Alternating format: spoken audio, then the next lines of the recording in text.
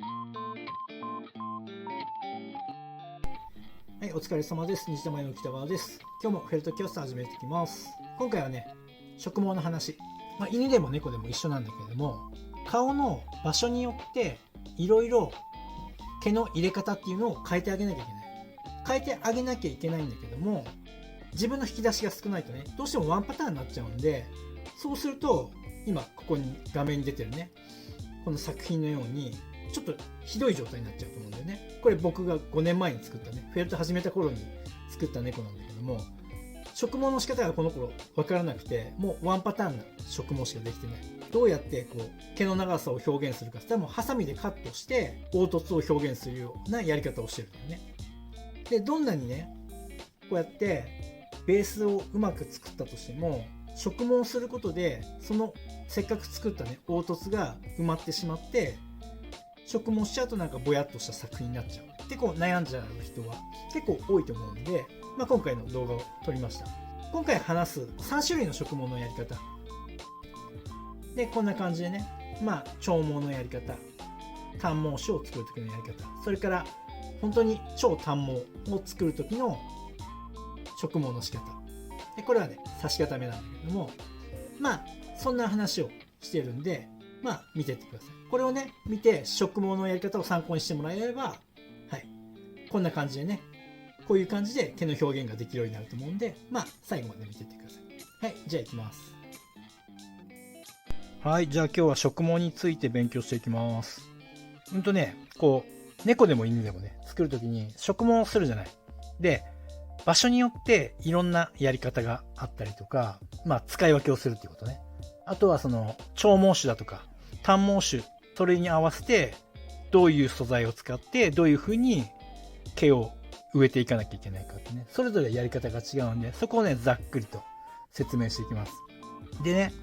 ちょっと豆知識的に、せっかくみんなフェルトをやってんだから知っておいた方がいいかなと思って、みんながよく一般的に使ってるね、このね、こういう風に加工されていて、こう同じ方向にね毛を整えられてるやつね。で、メリノウールとかね、コリデールウールとかね、そういうのがあるけれども、こういうのを総称してウールロービングって言うんだって。僕も知らなかったんだけど、ウールロービングねっていう風に区分分けされる。で、次にベースに使ったりするワタワタとかね、こういうやつね、繊維が細かくちぎれてて、さっきのウールロービングみたいにこんな風に長くなくてね、こう毛がすごい短いやつね、それの絡まり合った素材、これをウールバッツっていうね、ワタワタとかベースの素材に適してるんですね。あとね、これね、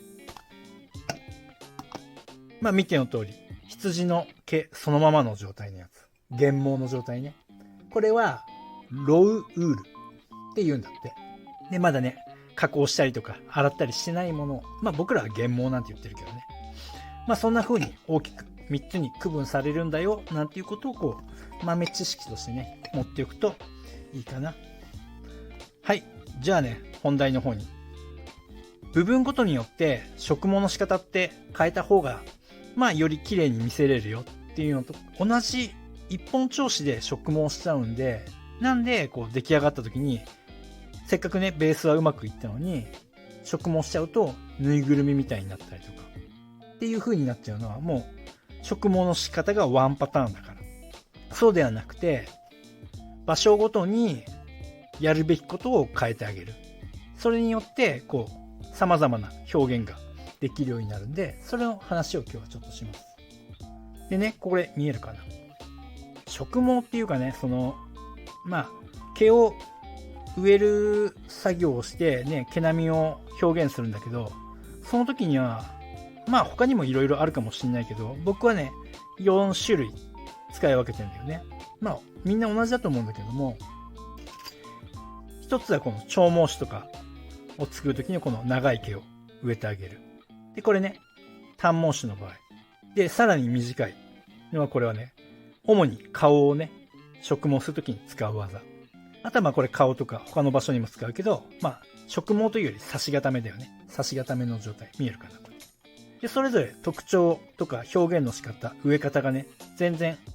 違う技法になってくるんで、そこを使い分けれるようになると、こうやって全然ね、違う表情、毛並み一つでもね、違うものをこう表現してあげることができる。裏見たらわかるよね。例えばこれなんてね、長毛なんて根元から考えたら今これだいたい2センチくらいのね、こんな感じで毛の長さ。で、短毛種の場合だったら、だいたい5ミリぐらいかな。ちょっと見にくいね。5ミリ。で、顔のね、短い毛のところを表現するんだったら、この植毛はしてんだけど、しっかり毛を寝かせてあげることで、1ミリから2ミリぐらいの毛の厚さにしてあげることができるしね。で、さらに本当に短くしたいときだったら、こうやって、植毛ではないけども、差し固めることによって、毛色を表現してあげる。これはもう、1ミリもないよね。ベースの高さと全くほぼ一緒の形でね、表現できる。こうやって使い分けてあげる。見えるかな？短いよね。ただ、差し固めだとどうしてもね、ほら、こう毛の流れの見た目っていうのはどうしても綺麗には表現できないんで、できる限りね、仕上げ針で極細の針とかで刺してって綺麗にはするけど、限界があるよっていう話。で、すごく短く見せたいとき、短毛で見せたいときは、こういうのようにして毛を入れて、さらに上から潰してやるんだけども、これ後から説明するけどね。そういうことで、こんだけね、薄い表現がしてやることができるんだよね。で、多分ね、人形のように膨らんでしまいますっていう人はね、もうほぼこれをやってる。このワンパターンになっちゃってる。短毛ですごくうまくは作ってるんだけども、これもね、毛の密度の、長毛種を作るときと短毛種を作るときで毛の密度をね、変えることで、また表現が変わるんだけれども、ちょっとね、そんな、どうやって毛の密度を変えて植えていくかっていう話をね、ちょっとしてるからね。こういうのを使い分けるんだよって話。例えばこの子が、いう長毛種の子だとしたら、当然、このエリアっていうのは、長い、こういう毛が植え方になるし、で、どんどん顔の中心部に行くにつれてこういう風に短く表現していってあげる。で、特に、この鼻筋とかね、このマズル近辺は、できればこれぐらいの、この2番目のね、この状態ね。これぐらいの状態で表現してあげれるようになると、よりリアルで綺麗な感じにできるんじゃないかな。僕はね、大体そこをそうやってやるか、あとはもう作品によってはっていうか、その子の表現によっては、こっちにした方がいいのか、こっちの方が適しているのか。それは、そのモデルの子によって違ってくるので、それを使い分けてるっていう話ね。というわけで、じゃあ実際に、じゃあこれどうやってやっていくかっていう話をちょっとやっていくね。じゃあまずこの長毛から。これちょっとごめんね。ベースはちょっと今適当に作ってるんで柔らかいけどね。しっかりと適量を手に取って、もう一度手の先でしっかりと毛の流れを整えてあげる。で、もちろんこの量が少なければ少ないほど、より精密な毛の表現ができるんで、本当は少ない方が、少ないのに越したことはない。でちょっとね、こんくらいで毛の流れを表現していくけど、これね、僕はあんまり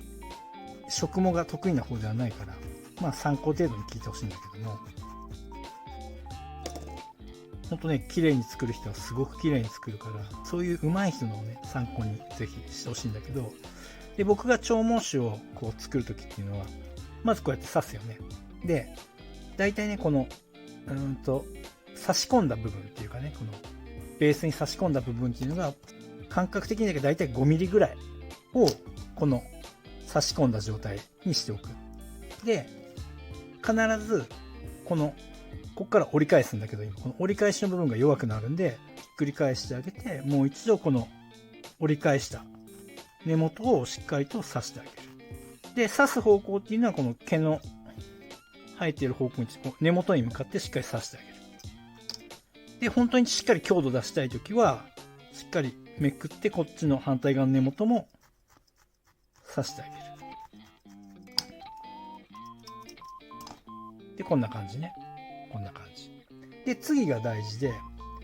こっからさらに次の毛を入れていくんだけど、ここにね、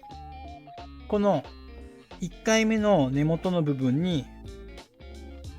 これ見えるかな。この根元の部分がこの線なんだけど、ここね、根元ね。ここを必ずかぶせるようにして刺してあげる。今わざとずらしていくね、見えるように。で、簡単にちょっと図で説明すると、ベースがあってね、最初の毛をこうやってかぶせて、ここを刺していくわけじゃない。ここがだいたい長毛種の時はね、5ミリぐらいがいいよねっていう話。で、こういう風に刺さった部分があって、で、ここの根元のところを弱いから一回刺してあげるよっていう話ね。で、ここの刺した部分を支点にこの毛を折り返してあげることで、こっちに寝るわけね。こっちに寝て、で、ここをもう一度差し込んであげるって話ね。サクサクサクサクと。それで出来上がると。1回目の植毛がこういう状態になってるんだよね。で、ここ5ミリね。ここが刺さってる状態ね。で、次は必ずここに少しだけ、次の5ミリっていうのは、この上にちょっとだけね、被るようにして、さっきみたいに刺してあげる。被るようにして、ここを刺してあげて、で、さっきみたいにここ刺してあげて、折り返してあげることで、綺麗に被っていく。で、この5ミリっていう間隔が、この数値が短ければ短いほど毛の密度っていうのは濃くなっていくから、毛がすごい起きて立つようになってしまう。だから、短毛の時は起こしたいから、ここの5ミリっていうのが3ミリにしたりとかね、こう、毛の密度を濃くするために短くするのと、でも長毛の時はなるべく長くしてる。だけど、あんまり5ミリ以上は、まあ人の感覚によるけども、あんまりこれ以上空いちゃうと、ちょっとね、毛の張りとかがなくなっちゃうと思うんで、僕はね、だいたい今5ミリっていうのが僕の、正解かなっていうところかな。で、やっちゃいけないのは、ここの被せないで、次の植毛の時に、ここに隙間が空いてしまうこと。ここ。で、それをやっちゃうと、剥げてる部分が後から見えちゃうので、これを絶対になくすこと。こうやって開けて、長毛だからって言って、こう、寝かせたいからって言って、こういう風にあんまり開けてしまうと、ほんとね、毛がふにゃふにゃになってしまって、全然毛の張りがなくなって、で、メイリョンがね、なんかね、こう、だらーんとして、で、そのうち固まっちゃったりするんで、でもこれはね、絶対にやっちゃいけない。というわけでね、じゃあさっきのやつをちょっと、しっかりと上にかぶせてあげる。もう一回くらいいこうかな。乗せて、で、結構ね、乗せた時に根元見失っちゃうから、一回ね、確認した方がいいよ。慣れないうちは。こうやって。で、軽く押さえてあげて、5ミリっつったら5ミリってあまりこだわるんじゃなくて、感覚でいいから、慣れてしまえばもう自分の感覚でできるようになるから。とにかく、だいたい5ミリぐらいを目安にね、こういう風に刺してあげる。これもね、1本でやった方が確実だけど、慣れてきたらね、2本針とか3本針でやっても特に、要は抜けなくて、なおかつ綺麗に表現できれば問題ないんだから。こんな感じね。で、こういうのをブラシで軽くね、溶いてあげて、浮いている毛をね、取ってあげて、あとは、ハサミでカットするなり、あるいはバリカンでね、カットしていくなり。それはね、好きな方法でやって、で、こうやって、長毛は表現してあげることができる。で、今ぐらいの重ね方をしていくと、全体的に厚みも張りも適度な感じになるので、そんな感じでやってみるね。じゃあ次ね。次これ。短毛の時どうやって。基本的にやり方は長毛の時と同じ。ただ、密度っていうかね、さっき言った5ミリっていうのを、僕は3ミリぐらいにしてる、今度。で、それ以上ね、短いっていうか細かい単位にしちゃうと、1ミリとか2ミリとかにしちゃうと、もう毛がね、密度が濃すぎて、ちょっとね、収集つかなくなっちゃうので、僕の今の正解は、だいたい3ミリぐらいかなっていうとこかな。軽く押さえたら、わかる？今さっき刺したこの部分が3ミリぐらいだったらいいよねっていう話。そうだね、使ってるニードルはね、こうやって押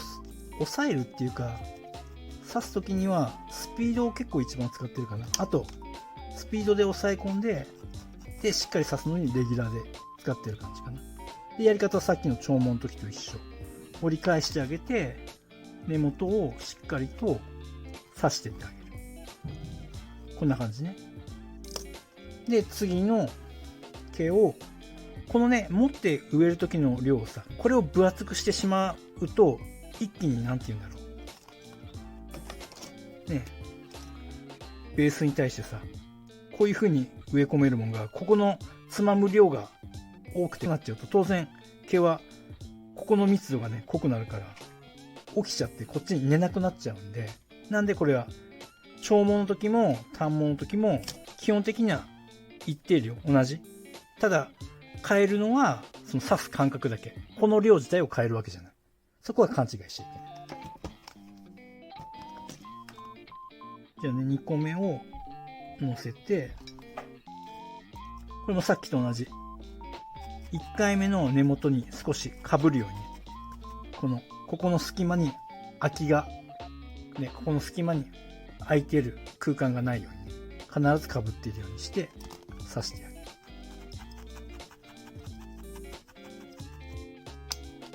で、必ずでもね、やっぱりね、この折り返す前にしっかりこの根元を刺してあげるっていうのが重要。ちょっとしたね、お客さんの元に届いてから毛並みがね、崩れちゃって、で、慣れない手つきでお客さんほら、軽くさ、ブラッシングしたり、歯ブラシで解いたりね、なんかしたりした時にガバって抜けちゃうんでね。そうするともう台無しになっちゃうんで、絶対に抜けないようにはしてあげる。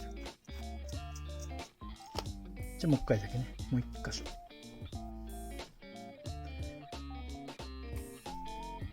もうすでにこれ毛が立ってきてるのがわかると思うんだけど、それはもう5ミリじゃなくて、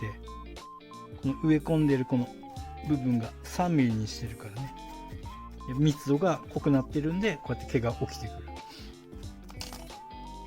これね、本当はもうちょっと丁寧にやった方がいい。今これね、説明するのに結構雑にやってるけど、もうちょっと丁寧にやる。こんな感じね。で、これでしっかりと起こしてあげて、カットしてあげる。僕はね、やっぱりこの短毛種の時はバリカンが一番やりやすいかな。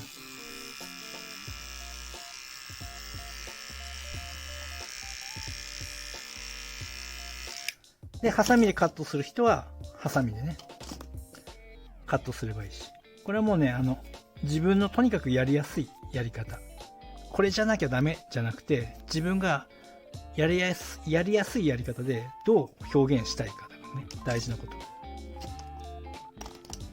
もうちょっと切った方がいいね。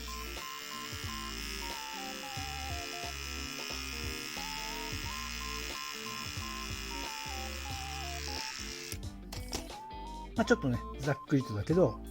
こんな感じね。しっかりとね、密度濃く、こう、植え込むことができてる。長毛と比べてもね、さっきと一緒だよね。こういう感じね。まあ、ノルウェージャンとか見てもね、やっぱりこの顔の側面の毛は長くしてあげる。だからここは、このエリアっていうのは、毛を長いものを入れていってあげて、だけどこうやってね、顔の中心部に行くにつれて毛の長さっていうのは短くなってくるわけだから、この僕はね、大体ね、そうだな。わかりにくいかな。この部分ね。毎回じゃないんだけど、もうざっくりね。ざっくり大体こういうエリア分けをしてんだよね、僕は。この外側の部分、わかる？これ。外側の部分ね。こっから外は長い毛を入れてあげる。で、その次、外側から真ん中の2番目のこのライン、この辺のエリアっていうのは短毛の入れ方で、この顔の中心部、鼻筋とかマズル付近、この付近は一番最後のこれから教えるこのやり方。これで毛の長さ、表現を変えてあげることで、まあリアルに見えるようにやってるんだよね。じゃあ顔の中心部分のここね、この表現の仕方についていくよ。ここはね、ちちょっとね、またね、同じっちゃ同じなんだけども、今度は逆にね、刺していくよね。最初のこの刺し固めるっていうか、こう貼り付ける部分の長さっていうのを今度はね、逆にね、この距離を長毛の時よりも長くしてあげる。まあ1センチまではいかないけど、でも1センチ近くいっていいんじゃないかな。なんで1センチって言い切らないかって言ったら、僕は感覚でやってて測ってやってるわけじゃないんでね。大体1センチいくかいかないかぐらいかな。ぐらいまでをこうやって貼り付けてあげる感じね。で、やることは一緒。この折り返し部分っていうのは、しっかりと根元を刺してあげて、返してあげる。で、ここからね、ここから大事だよ。ここから折り返し部分を刺すのは一緒なんだけども、次ね。これはレギュラー針なんだけども、この寝かした状態で上から刺してあげる。植毛してる毛なんだけど、貼り付けるわけじゃないよ。でも貼り付けに近い感じだね。返して折り返した後、上から少しこうやってしっかりね刺してあげる。で、全般的に寝るようにしてあげる。で、第2弾ね。これも少ししっかり被るように。で、特にここ被せるように気をつけないと、この薄い部分なんで、ここの毛の表現を、このね、毛の密度、この手に持つ毛の密度を薄くして貼っていくと、地肌透けて見えちゃうからね。だから、ここも持つ毛の量っていうのはそんなに変わらない。調整しながらだけども、こうやって乗せてまた被せるようにしてね、根元は。隙間が開かないように被せてあげて、ここからまた1センチ貼り付けてあげる。1センチくらいね。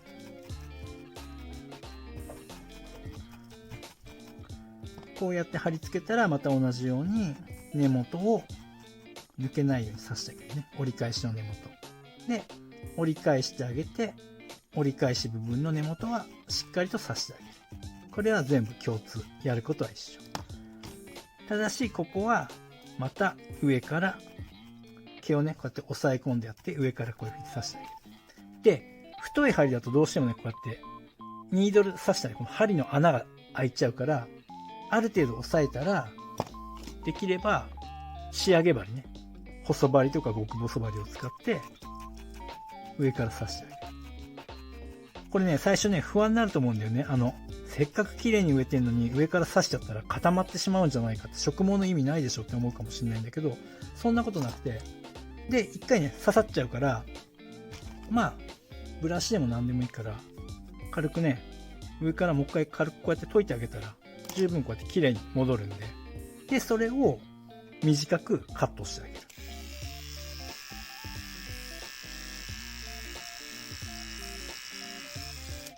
で、ここでバリカンを使ってやる人っていうのは、慣れてないと、こ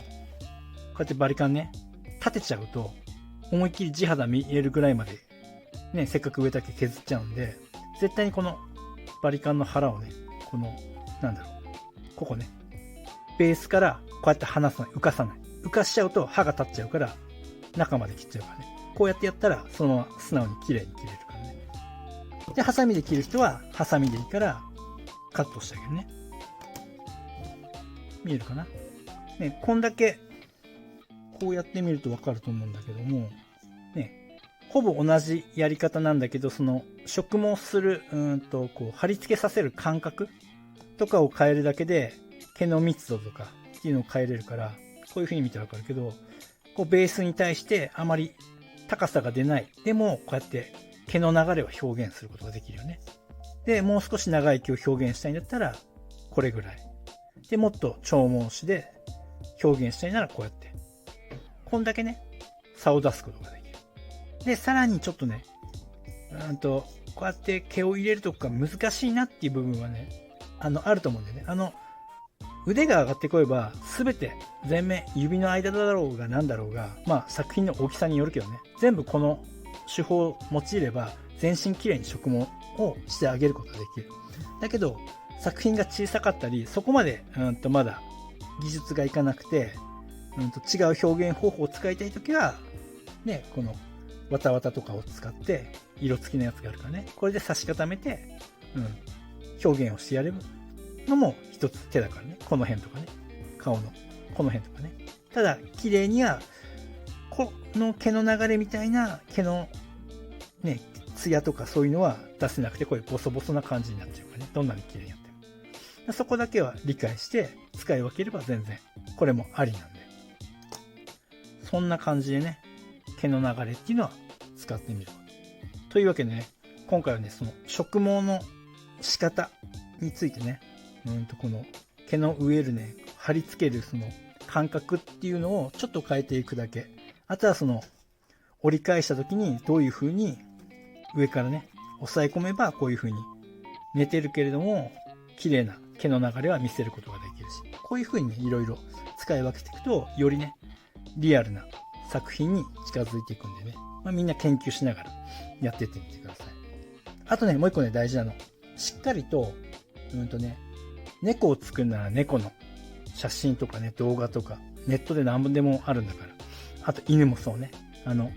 どの部分の毛はどっちの方向に流れているかっていうこと。それをちゃんと理解して、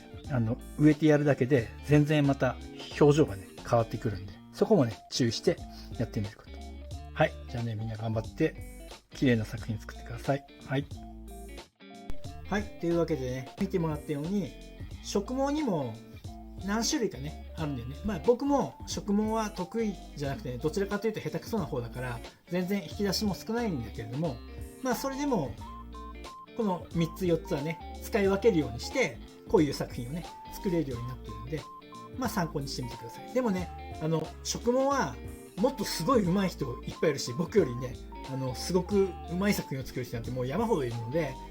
いろんな人の話を聞いたり、作品を見たり、あとは書籍を読んだりしてね、で、いろんなヒントがね、詰まっているんで、それのやり方を一度は真似してやってみて、それで自分に合うものを探してみて、で、自分で表現できるようにね、やってみる。とにかく真似てみる。で、真似てみるときに、ただ真似るだけじゃなくて、なぜその表現をしてるんだろう、なぜこういう風に指してるんだろう、このなぜがね、大事だからね。ただ数をこなしてもうまくならないから。そういうところを理解しながらやっていくから、成長の速度がすごく上がっていくんでね。そしたらすごいレベルがぐーっと上がってくるから。ある日ね、突然ね、多分ね、急に、すごいレベルが上がったってこう自分で体感できる時が必ずあるんで、いい作品が作れるようになると思うんで、ぜひぜひ頑張ってやってみてください。はい。というわけでね、この動画は作家を目指している人にね、技術的な話だったり、ハンドメイドで食べていくために必要なこととかね、そんなことを発信していくんで、チャンネル登録してね、見てくれたら幸いです。はい。ではまた。